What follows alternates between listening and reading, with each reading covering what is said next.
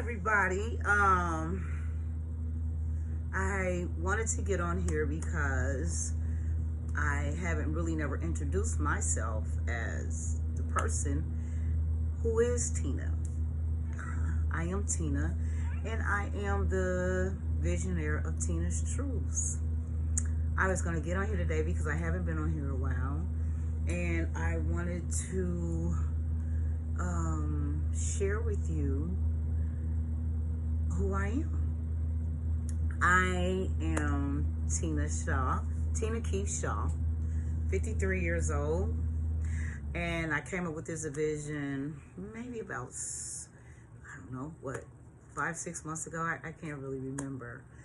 Anywho, Tina's Truth, because that's who I am. I wanted to get on here for people and interview people about their truth, ask different questions about it. I own a cleaning service, and I also have a t-shirt business. But I'm more active with my cleaning service because it generates more income. So I started to focus on what was more lucrative versus, something that I can do this, like this is me, I clean on the side, right? And then once I get my cleaning service up and going, then I can focus on something else. Anywho, I had a women's empowerment May the 28th of this year, and then I just had another one September the 3rd, which was men and women, and it was amazing. I had a skit, which I will be uploading as soon as the person who recorded the event send it to me, then I will upload it on here. It was amazing. My skit was about domestic violence. The other gentleman's skit was about being men feeling unappreciated. So I wanted to get on here today because no matter, I am doing very well. I've been through a lot. I've been molested, raped, domestic violence. I was addicted to drugs and alcohol on and off since I was 16. I would get clean 6 years, go back, get clean 3 years, go back, just throughout my life. Like I said, I've been in very toxic relationship. I was a toxic person myself. So what I talked about in my empowerment is that the low self-worth with staying with people that I know weren't worthy is because I had low self-worth myself. And the question came to me, where did they come from so young? I mean, because I grew up where everyone encouraged me and told me I could do better, encouraged me to go to school. I was pretty smart in school. I like school. I did. I love to read. I love learning new things. However, I don't know. When I was molested at 6 or 7, something like that. But I believe that the low self-worth was, I know for a fact, it was learned behavior. My grandmother was abused by my grandfather, her husband. That wasn't my mother's, not biological, but that's, my grandmother married him, stayed married for a long time. He was a grandfather to me. I had two, the one she was married, and then of course my mother's biological father. But the one that my grandmother was married to is who I was in a household with. So we were extremely close as a child. I have nothing but great memories as far as him dealing with me. But I just do remember a time where he had my grandmother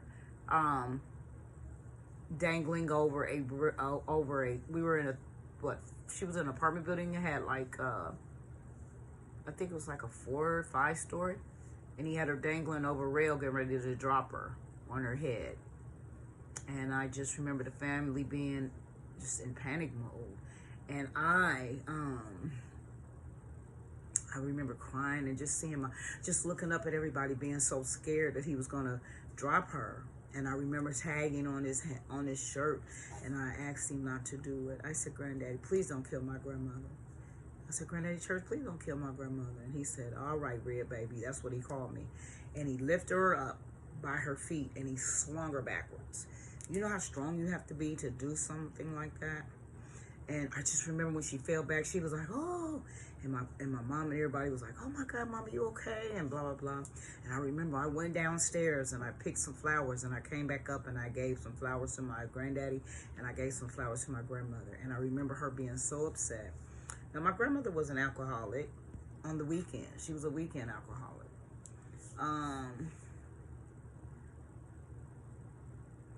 When for a long time, and then like, I think after she retired or whatever, she drank, you know, when she got ready. But my mother was raised with a weekend alcoholic mom, and every weekend my mother and my aunts and uncles said that my grandmother got beat up every weekend. So when I came along, which was in '69, I'm 53, that's the only fight I remember them having. I'm sure it was more, but that's the one that stuck with me and still does to this day.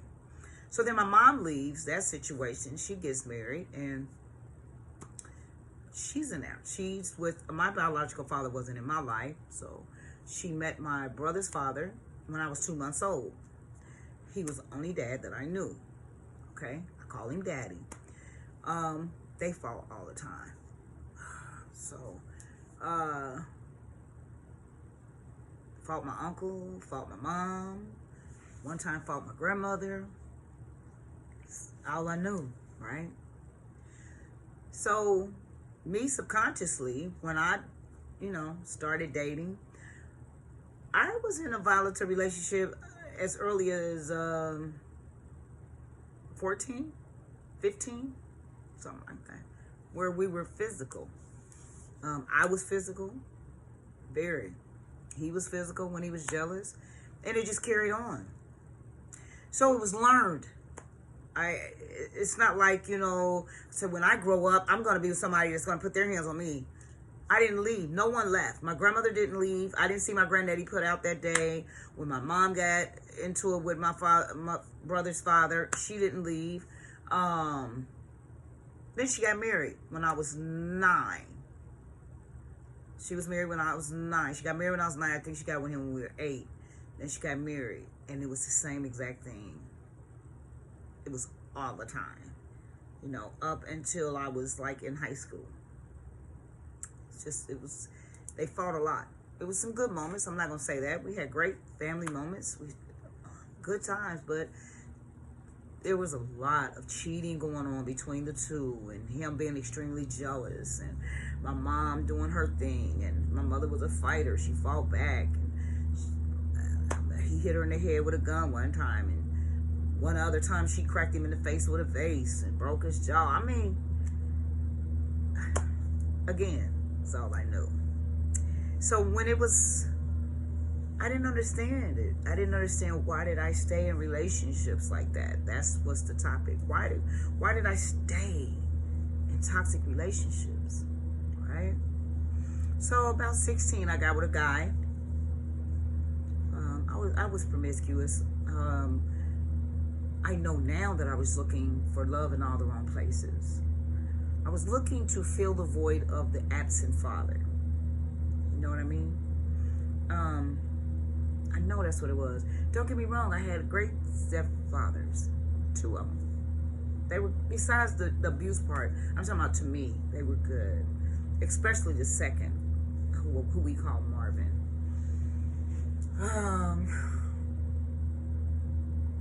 When I got with the guy, he hustled. I was attracted by it. He had a fancy car. He put his hands on me one time. He picked me up from school. He asked me why I was talking to this guy, and I was like, what do you mean? I'm like, that's a friend of mine. It didn't mean anything. And anyway, I could talk to whoever I want to talk to. What's the big deal? And that was the first time he smacked me so hard that it was like electricity or something went through my body. And I was so stunned and so shocked that I remember just looking out the window, because I didn't know how to react to that. I knew that this wasn't like my puppy fights with my teenage, because he was older than I was. I was 16. I think he was like 19 or 20. And he was hollering and screaming, and I was scared, right? I I had never been, you know, because I'm used to fighting back, but I knew within me, like, no, this dude, no, I could just see him damn near killing me or something. So anyway, I didn't leave.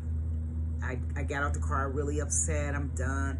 And then he called. I'm sorry, baby. I was just, you know, jealous. I don't want nobody talking to you. Blah, blah, blah, blah. And before long, I went back. And it got worse. He was sick. He was a narcissist. He was mentally ill. I didn't know any of that. But a part of it, I liked the savageness of him. That, like, people feared him, you know, and I liked that. I did. I liked that. He was hustling. He had money. And anyway, it led to him tie me up when he was upset. He would tie me up and beat me with extension cords. He did that several times. He took me to Kentucky to try to force me into prostitution. It was a trick, which is someone trying to purchase sex. I told the man what he was trying to do. He was a white guy. He gave me some money. He told me to get away from him as fast as I could. It was some church people there. And I was telling them what was going on. I was in Kentucky, and I told them what was going on. They said, "Come on, baby, get on the bus with us. We'll make sure you get home." I do not know how this man found me. He got on that bus, and I can't remember anything. He knocked me out, because I can remember when waking up.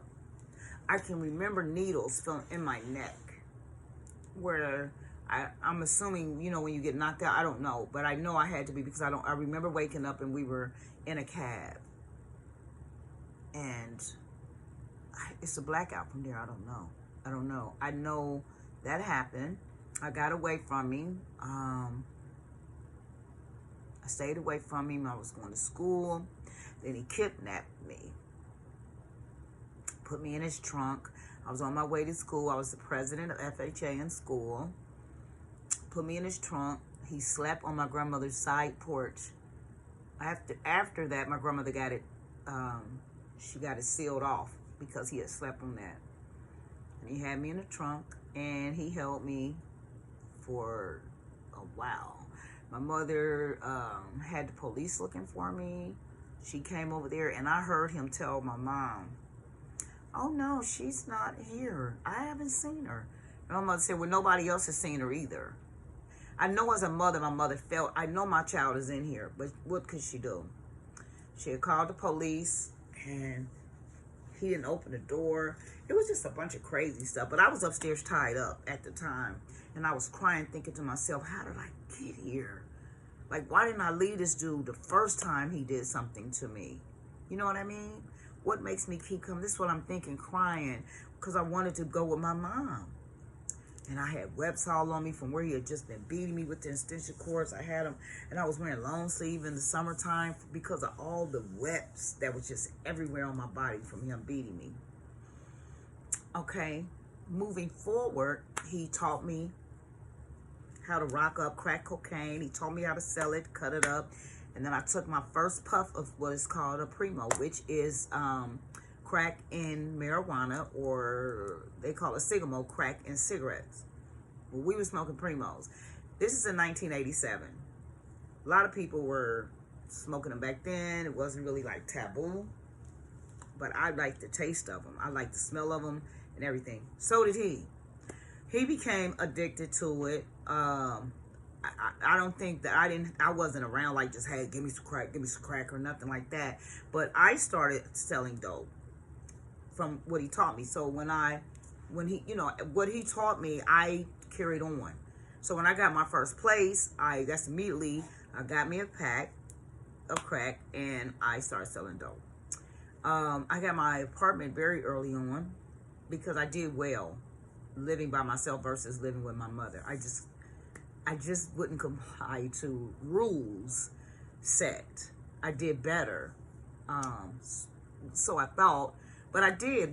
I got along better with my parents when I was out of the house versus being in the house. Anyway, long story short, I got selling dope, and then now I had the dope, and I was rolling primos, and it just went on from there. Like I said, I have 5 years clean now, and we talking about going on and off ever since then. Like I said, I'll get clean 7 years, go back, get clean 4 years, go back, get clean. But I always like went back. I struggled with it. It was a part of my life.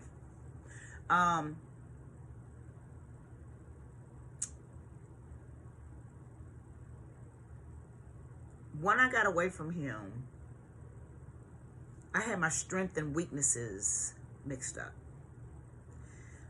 I thought that that's what was strong, somebody like him, and a guy that wouldn't hit me was weak. Because that's, again, all I knew, right? So I caught my first case in 18. They raided me for selling crack cocaine. I didn't catch a case because it really wasn't crack. It was something called benzo back in the day in Dayton, Ohio. So I just was arrested for it. Okay, moving on.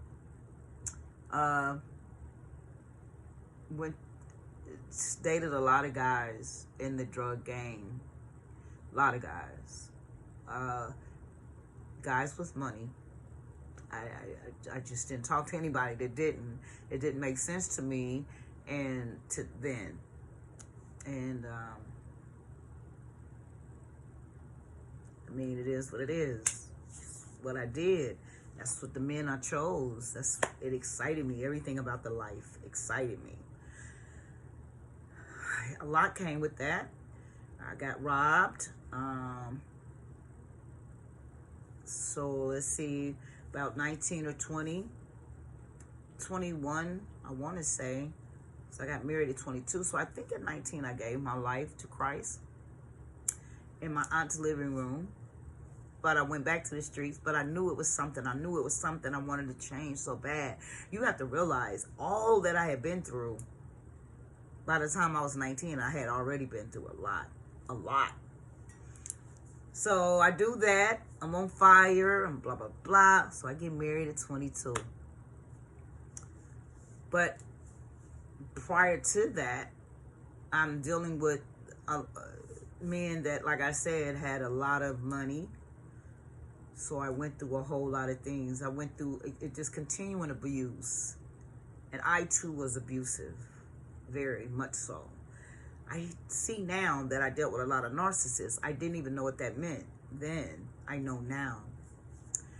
Well, hurt people do hurt people. And I didn't even know what normal was because my whole life has always been abnormal.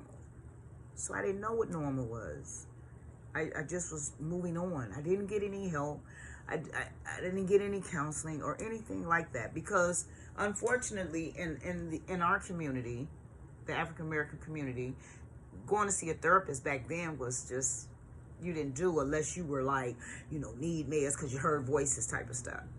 But for post-traumatic stress disorder, which a lot of us have or diagnosed with, because I don't say I have anything. I say I've been diagnosed with, right?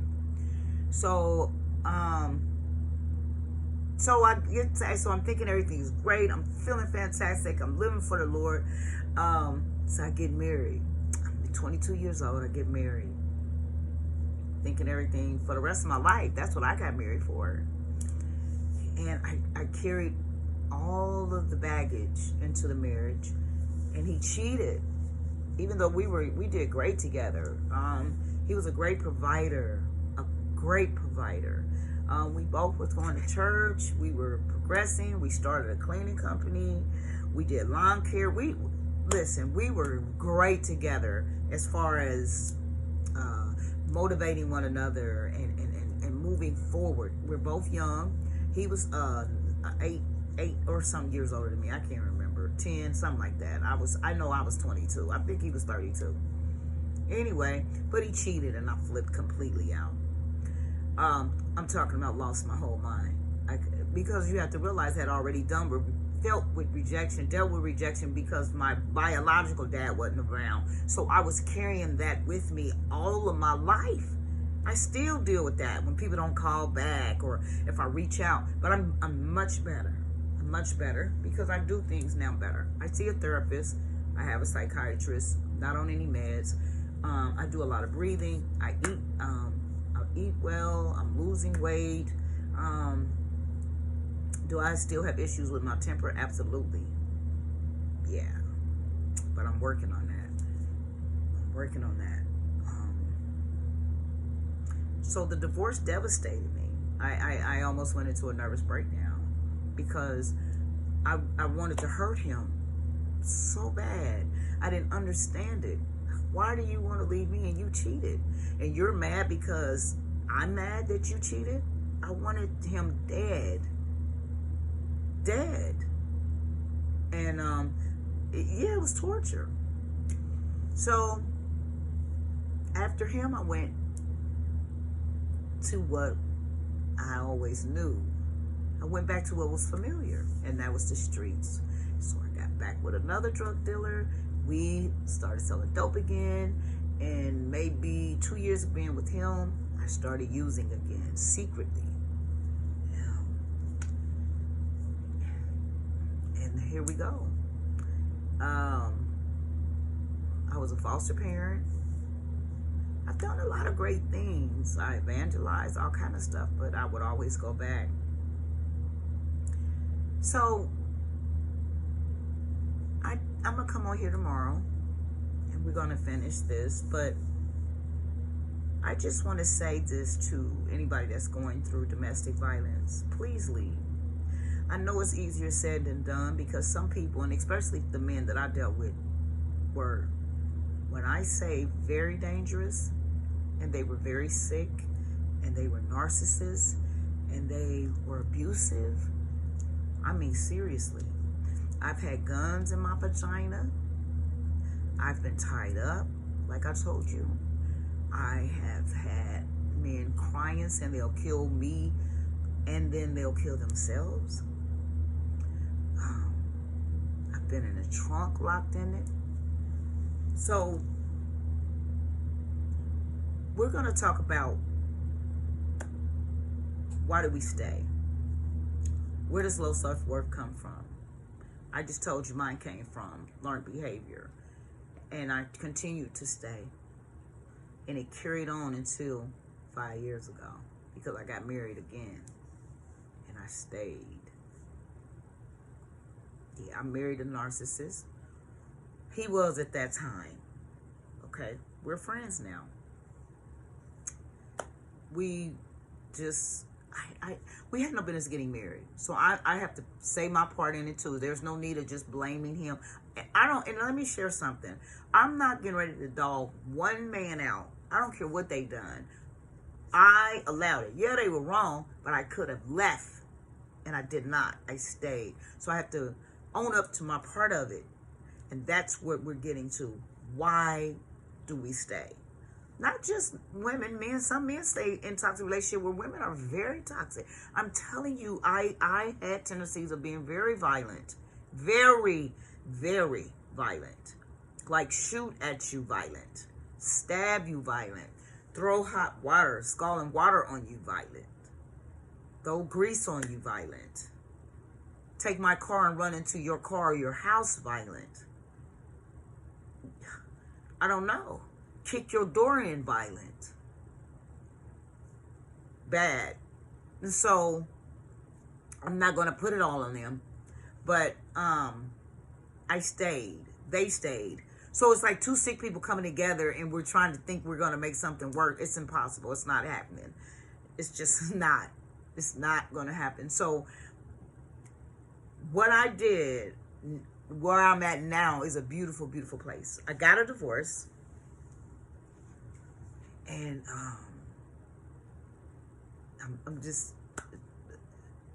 I started loving myself, learning how to love myself. Tina, how did you start learning to love yourself? I stopped putting myself in situations that weren't healthy. I am a leader, I'm not a follower. So drugs, I can't say, oh, you were in the wrong crowd. I'm my worst enemy right now to this day. A young lady shared with me, a little spiritual daughter told me, it's like self versus self. That's what it was with me. Like it was me against me. It's never been, oh, I got to stay away from them because they're a bad influence. I've never been that type of a person. I've always danced to the beat of my own drum. You understand what I'm saying? I've never followed the leader. Never done that. I have been my worst enemy majority of my life. So I just started doing things different. For one, I got sober. That's first. I got sober, and then I got rid of the marriage. I just started listening to affirmations. I started reading, learning how to meditate. I started speaking things into my life because I know the word. And then it seemed like when I changed, everything around me changed. Because I went through a very horrible meltdown. My brother went to jail, who I am very, very close to, for manslaughter. And my brother is my whole world. And it just took something away from me. It's like I couldn't breathe. Literally. So all I did is cry, and I drank, and I got high, and I drank, and I got high, and I was angry, and I had guns, and I just I had a murdering demon on me. I just wanted to inflict, because I was in pain.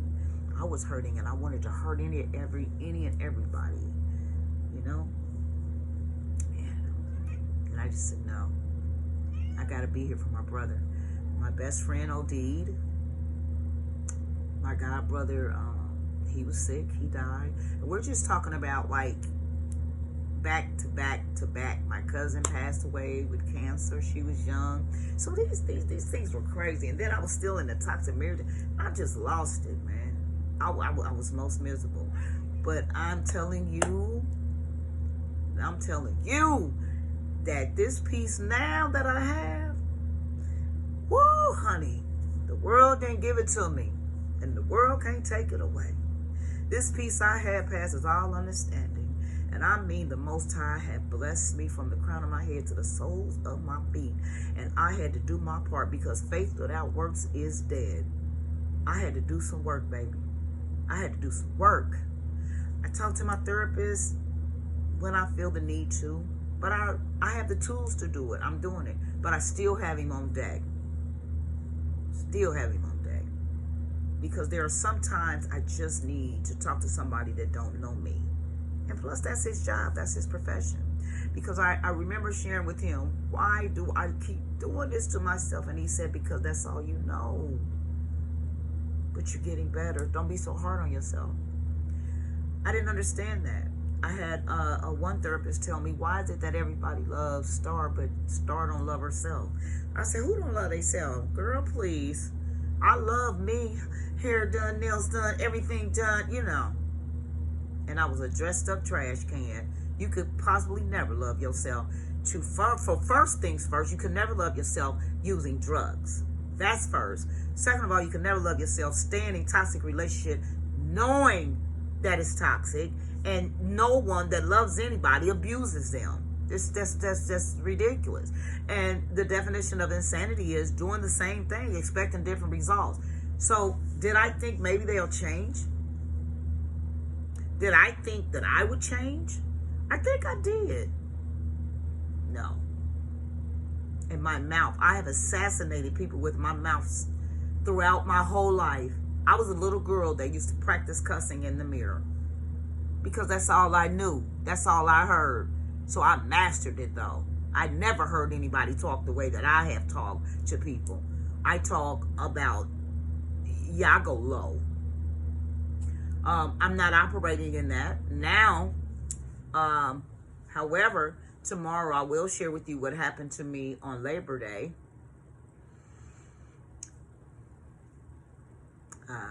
I'm human, and I keep it 100. I'm not going to sit here and say, hey, yeah, I got it. Yeah, you give women empowerment. This and why wouldn't I be the one to give it? I need it the most. But I'm not getting ready to lie and be perked out. I'm not getting ready to do all that. I'm getting ready to give it to you raw and uncut. Period. So be encouraged. That's what I want to tell you. If I can do it, anybody can do it. I'm serious. It's so many different things that I could share about so many. It's just not even enough. You know, like I said, I'll be interviewing myself. Because if it can help anybody.